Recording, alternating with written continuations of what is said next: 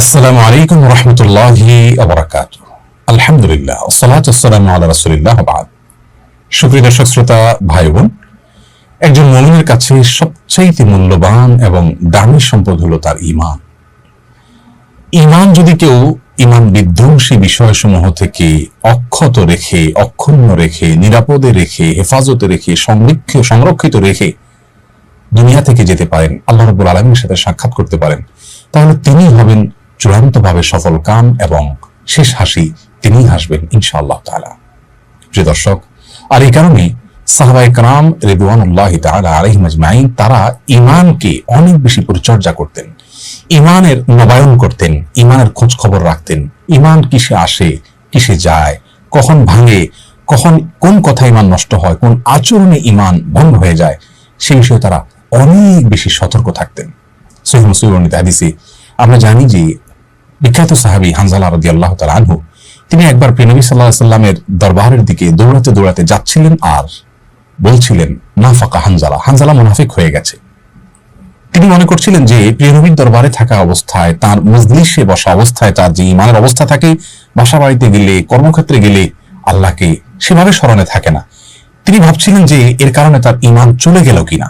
প্রিয় দর্শক দেখুন, একজন সাহাবী তার অবস্থার একটু পরিবর্তনের কারণে তার ঈমান নিয়ে তিনি শঙ্কায় পড়ে গেলেন, ঈমান আছে কি নেই তার খোঁজ নেওয়ার জন্য, নিশ্চিত হওয়ার জন্য রাসূল করিম সাল্লাল্লাহু আলাইহি ওয়াসাল্লামের মজলিসে এবং দারসে হাজির হয়ে গেছেন।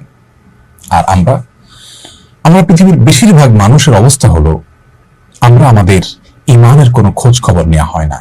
সেই ছেলেবেলায়, ছোটবেলায় বক্তব্যে আশহাদু আল্লা ইলাহা ইল্লাল্লাহ আশহাদু আন্না মুহাম্মাদুর রাসূলুল্লাহ পাঠ করেছি, আমরা মনে করি যে মৃত্যু পর্যন্ত বোধহয় আর কখনো ঈমান যেতে পারে না, ঈমান বোধহয় নষ্ট হতে পারে না, ঈমান বোধহয় ভঙ্গ হতে পারে না। অথচ ইবাদত বন্দেগী যেরকম ভঙ্গ হয়, আবার জোড়া লাগানো যায়, নবায়ন করা যায়, ঠিক তেমনি ভাবে ঈমানও ভঙ্গ হয়ে যেতে পারে। যদি কোনো মুসলিম এমন হন যে তার ঈমান কখনো কোনো কারণে ভঙ্গ হয়ে গেছে, তিনি জানেনও না, আজীবন তিনি আমল করছেন, সালাত করছেন, সিয়াম করছেন, হজ করছেন, যাকাত দিচ্ছেন, উমরা করছেন, দান সদকা করছেন, তিলাওয়াত করছেন, তাসবিহ তাহলিল করছেন, জিকির করছেন, অথচ তার ঈমান নেই। তিনি অনেক কিছু রাখছেন তার ভাণ্ডতে, কিন্তু সেই ভাণ্ডের তলা নেই, সেটা ফাটা। আল্লাহ রাব্বুল কাছে অনেক আশা নিয়ে যাচ্ছেন, অনেক আমল করি, কিন্তু সেখানে কিছুই পাবেন না, কারণ তার ঈমানই নষ্ট হয়ে গেছে, তিনি জানেন না। এই জন্য একজন মুসলিমের জন্য অনেক বেশি গুরুত্বপূর্ণ এই বিষয়টি যে তার ঈমান কিসে আসে আর কিসে যায়, কখন ভঙ্গ হয়ে যায়, এগুলো আমাদের জানতে হবে। আমরা প্রায় সময় খেয়াল করে স্মরণ করার চেষ্টা করি, আমার ওযুটা কি আছে না চলে গেল, আমার সালাতটা অমুক কারণে ভঙ্গ হলো কিনা, আমরা আলেমের কাছে দৌড়ে যাই।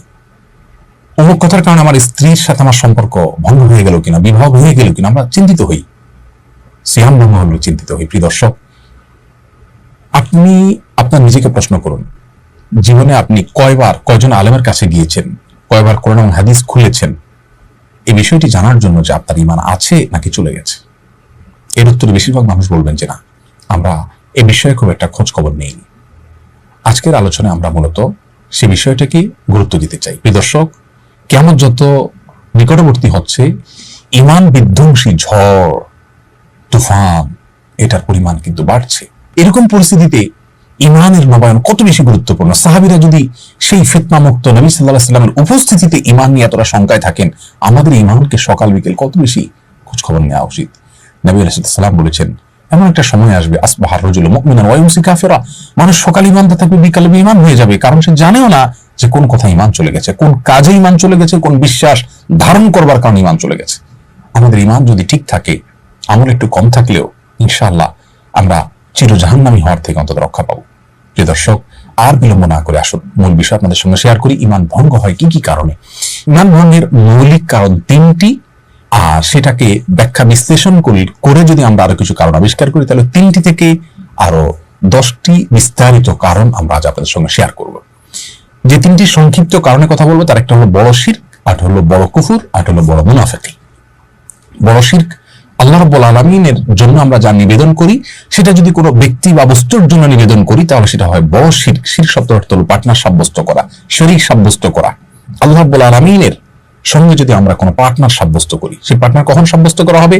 যে জিনিসটি শুধুমাত্র আল্লাহর জন্য করতে হয় সেটা অন্য কারোর জন্য যদি আমরা করি, যেমন ইবাদত শুধু আল্লাহর জন্য করতে হয়, প্রার্থনা শুধু আল্লাহর কাছেই করতে হয়, সেই জায়গাটা যদি আমরা কোনো ব্যক্তিকে, কোনো দলকে, কোনো মতকে, কোনো পীরকে, কোনো বুজুর্গকে, কোনো মানুষকে আমরা যদি দিয়ে দেই, তাহলে সেক্ষেত্রে সেটি আমাদের ইমান ভঙ্গের কারণ হবে। ইমান ভঙ্গের দ্বিতীয় কারণ হলো বড় কুফর। বড় কুফর মানে হলো বড় ধরনের অস্বীকৃতি। আর সেটি কখন হবে? কোরআন এবং হাদিস থেকে যেটি স্বতঃসিদ্ধভাবে, সুস্পষ্টভাবে, অকাট্যভাবে প্রমাণিত হবে, এমন কোন বিষয়কে যদি আমরা ডিনাই করি, অস্বীকার করি, সেটার যৌক্তিকতাকে আমরা বা উপযুক্ততাকে আমরা অস্বীকার করি, তাহলে এটা হবে বড় কুফর। আমি এটা মানি না ইসলামের, এটা হলো বড় কুফর, ইমান ভঙ্গের কারণ।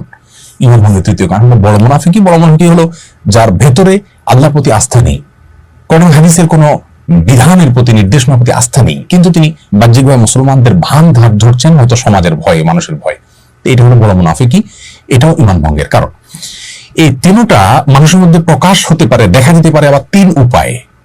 কিছু শিরক, কুফর, নেফাক আছে, যেটা নেফাক তো সবসময় অন্তরে থাকে, কিন্তু শিরক এবং কুফর এগুলো অনেক সময় হতে পারে ভেতরে ভেতরে, আকীদা, বিশ্বাসে।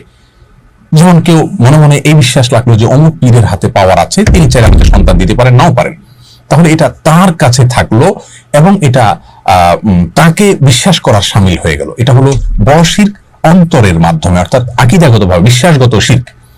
আবার শিরক কর্মগত হতে পারে, যেমন আল্লাহ চাহানো কাউকে সিজদা করলো, এটা হলো কর্মগত শিরক। আবার সেটা মন্তব্যগত হতে পারে, কেমন কোন কথা বলে ফেললো যা আল্লাহর সঙ্গে শিরকের সমকক্ষ। তাহলে মন্তব্যগত, কর্মগত, আকীদাগত তিন ভাবে শিরক হতে পারে। ঠিক একইভাবে কুফরও তিন ভাবে হতে পারে। কেউ অন্তরে ডিনাই করলো, মুখে বললো না কিছু, সেও কাফির হয়ে যায়। আবার কেউ মুখে কাফির মানে অস্বীকৃতি জানালো, কেউ আচরণ দ্বারা অস্বীকৃতি প্রকাশ করলো, তিনটাই হতে পারে। এই সব ধরনের ইমান ভঙ্গের কারণ থেকে আমাদের বেঁচে থাকতে হবে। প্রিয় দর্শক, আসুন এগুলোকে বিস্তারিত বিশ্লেষণ করে অনেক বড় বড় ইমামগণ, অনেক বড় বড় উলামায়ে কেরাম 10টি কারণকে উল্লেখ করেছেন। 3টা সংক্ষিপ্ত কারণ থেকে বিশ্লেষণমূলক আরো 10টি কারণ ওখান থেকে বের হয়েছে, সেগুলো আপনাদের সঙ্গে শেয়ার করে আজকে ইনশাআল্লাহ আমরা শেষ করব।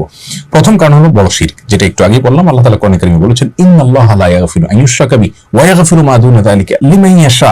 আল্লাহ তাআলা তার সঙ্গে শিরক করা হলে সেটা মাফ করবেন না। শিরকের চাইতে ছোট অপরাধ হলে সেটা আল্লাহ যাকে ইচ্ছা তাকে মাফ করতে পারেন। সূরা জুমার আয়াত নম্বর 65, সেখানে আল্লাহ রাব্বুল আলামিন বলেছেন, ওয়ালাকাদ উহিয়া ইলাইকা ওয়া ইলাল লাযিনা মিন ক্বাবলিক লাইন আশরাকতা লা ইয়াহবাতান্না আমালুকা ওয়া লা তাকুনান্না মিনাল খাসিরিন। হে রাসূল, আপনি এবং আপনার পূর্বের সমস্ত নবী রাসূলদের প্রতি একটি কমন নির্দেশনা জারি করা হয়েছে, যদি আপনি নবী এবং রাসূল হওয়ার সত্ত্বেও যদি শিরকে লিপ্ত হন, লাইন আশরাকতা, আপনি যদি শিরকে লিপ্ত হন, লা ইয়াহবাতান্না আমালুক, অবশ্যই অবশ্যই অবশ্যই, লামে তাকিদ নুনে তাকিদ সাকিলা, তিন ভাবে গুরুত্ব দেওয়া হয়েছে আরবি গ্রামার অনুযায়ী। অবশ্যই অবশ্যই অবশ্যই আপনার সমস্ত আমল ক্যান্সেল হয়ে যাবে এবং আপনি ক্ষতিগ্রস্ত হয়ে যাবেন। এখান থেকে পরিষ্কারভাবে বোঝা গেল কেউ শিরকে লিপ্ত হলে তার ঈমান চলে যায়, সমস্ত আমল পুরানোগুলো ক্যান্সেল হয়ে যায়। এজন্য ঈমানদার সবচেয়ে ভয় থাকবে শিরক নিয়ে, আল্লাহর সঙ্গে শিরক যেন না হয়, তাওহীদকে নিশ্চিত করার চেষ্টা করবে। এটা ঈমান ভঙ্গের কারণ। নাম্বার 2, ঈমান ভঙ্গের দ্বিতীয় কারণ হলো আল্লাহ এবং বান্দার মাঝামাঝি যদি কোনো মধ্যস্থতাকারী আমরা সাব্যস্ত করি, তাহলে ঈমান নষ্ট হয়ে যাবে। আমরা জানি আমাদের হিন্দু ভাই বোন তারা বিশ্বাস করেন যে ঈশ্বর সরাসরি সবকিছু নিয়ন্ত্রণ করেন না। অনেক দেবদেবী, অনেক প্রতিমা তারা পুজো করেন এই উদ্দেশ্যে যেন তার কাঙ্ক্ষিত বিষয়টা সেই দেবদেবী তাদেরকে পাইয়ে দেন। সরস্বতীকে পুজো করেন শিক্ষার জন্য, আবার চাষাবাদ ভালো হওয়ার জন্য আরেক দেবতাকে পুজো করেন। তো এরকম পুজো করে তারা ঈশ্বরের কাছ থেকে কিছু পেতে চান বা সৃষ্টিকর্তার কাছ থেকে কিছু পেতে চান। প্রিয় দর্শক, আমাদের অনেক মুসলিম ভাই বোন মনে করেন কোন কবরে, কোন মাজারে গিয়ে সন্তান চাইলে, ব্যবসার উন্নতি চাইলে তিনি আমাকে আল্লাহর কাছ থেকে পাইয়ে দিবেন। এই যে একটা ব্যাপার, একটা মধ্যস্থতাকারী সাব্যস্ত করা, এটা কিন্তু ঈমান ভঙ্গ করে দেয়। এর দলিল সূরা জুমার আয়াত নম্বর 3। আল্লাহ রাব্বুল আলামিন কোরআনে কারীমে বলেছেন, আলা লাহুদ্দীনুল খালিস, আল্লাহর জন্য একচ্ছত্র দ্বীন, ঈমান শুধু আল্লাহর জন্য মানতে হবে, অন্য কাউকে সেখানে মধ্যস্থতাকারী বানানো যাবে না। ওয়াল্লাযীনা তাখাযু মিন দুনিহি আউলিয়া, যারা আল্লাহ ছাড়া অন্য কাউকে অভিভাবক রূপে গ্রহণ করবে এবং তারা বলে যে মা না'বুদুহুম ইল্লা লিয়ুকাররিবুনা ইলাল্লাহি যুলফা, আমরা এই সমস্ত মধ্যস্থকারীদেরকে, মাজারকে, পীরকে, মৃত জীবিত ব্যক্তিকে বা কোন প্রতিমাকে আমরা পুজো করছি বা তাদের কাছে গিয়ে প্রার্থনা করছি এজন্য যে তারা আল্লাহর কাছে আমাদেরকে পৌঁছে দিবে। এই যে এই পৌঁছে দিবে মধ্যস্থকারী হলো জাস্ট এই কথার কারণে আল্লাহ রাব্বুল আলামিন কি কমেন্ট করছেন আয়াতের পরবর্তী অংশে সেটি রয়েছে। আল্লাহ রাব্বুল আলামিন এ ধরনের লোক সম্পর্কে বলেছেন, ইন্নাল্লাহা ইয়াহকুমু বাইনাহুম ফীমা হুম ফীহি ইখতালিফুন, তারা যে বিষয় নিয়ে মতপার্থক্য করছে কিয়ামতের ময়দানে আল্লাহ তাআলা তাদের ব্যাপারে ফয়সালা করবেন। এবং আল্লাহ আরো বলছেন, ইন্নাল্লাহা লা ইয়াহদি মান হুয়া কাযিবুন কাফফার, যে ব্যক্তি মিথ্যাচার করেছে এবং কুফরি করেছে, কাফের হয়ে গেছে, তাকে আল্লাহ তাআলা পথ দেখাবেন না। দেখুন এখানে মধ্যস্থতা সাব্যস্তকারী কে আল্লাহ রাব্বুল আলামিন কাফার বলেছেন, অর্থাৎ সে কাফির হয়েছে, অস্বীকৃতি জ্ঞাপন করেছে, কিন্তু বোঝা গেল এটা ঈমান ভঙ্গের কারণ, যার কারণে আল্লাহ তাকে কাফির হয়ে গেছে, মিথ্যাচার করেছে আল্লাহর ব্যাপারে এমনটি কথা বলেছেন। এই জন্য মধ্যস্থতাকারী করা যাবে না। ঈমানদার সরাসরি আল্লাহর সঙ্গে সম্পর্ক করবে, আল্লাহ থেকে চাইবে, দোয়া করবে, ইবাদত করবে, আল্লাহ তাআলা তাকে সরাসরি দিবেন ইনশাআল্লাহ তাআলা। তাই ঈমান ভঙ্গের দ্বিতীয় কারণ আমরা জানলাম। ঈমান ভঙ্গের তৃতীয় যে কারণ তা হলো কোন অমুসলিমকে অমুসলিম মনে না করা, কোন মুশরিককে